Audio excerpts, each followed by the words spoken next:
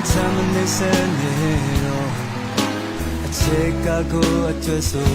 အမြဲတမ်းရှုံးမဲ့တိုက်ပွဲတစ်ခုနောက်တစ်ခါမရှုံးရင်မှာမင်းငါကြမတွေ့နေတော့ဘိုးဝေဆုံးတစ်ဖက်မှာနေဘဝကိုပြန်သစ္စာ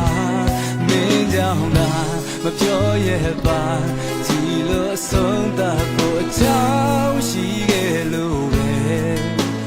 ဒီလိုဇတ်သိမ်းကိုပညာထားနောက်လူရင်မပြော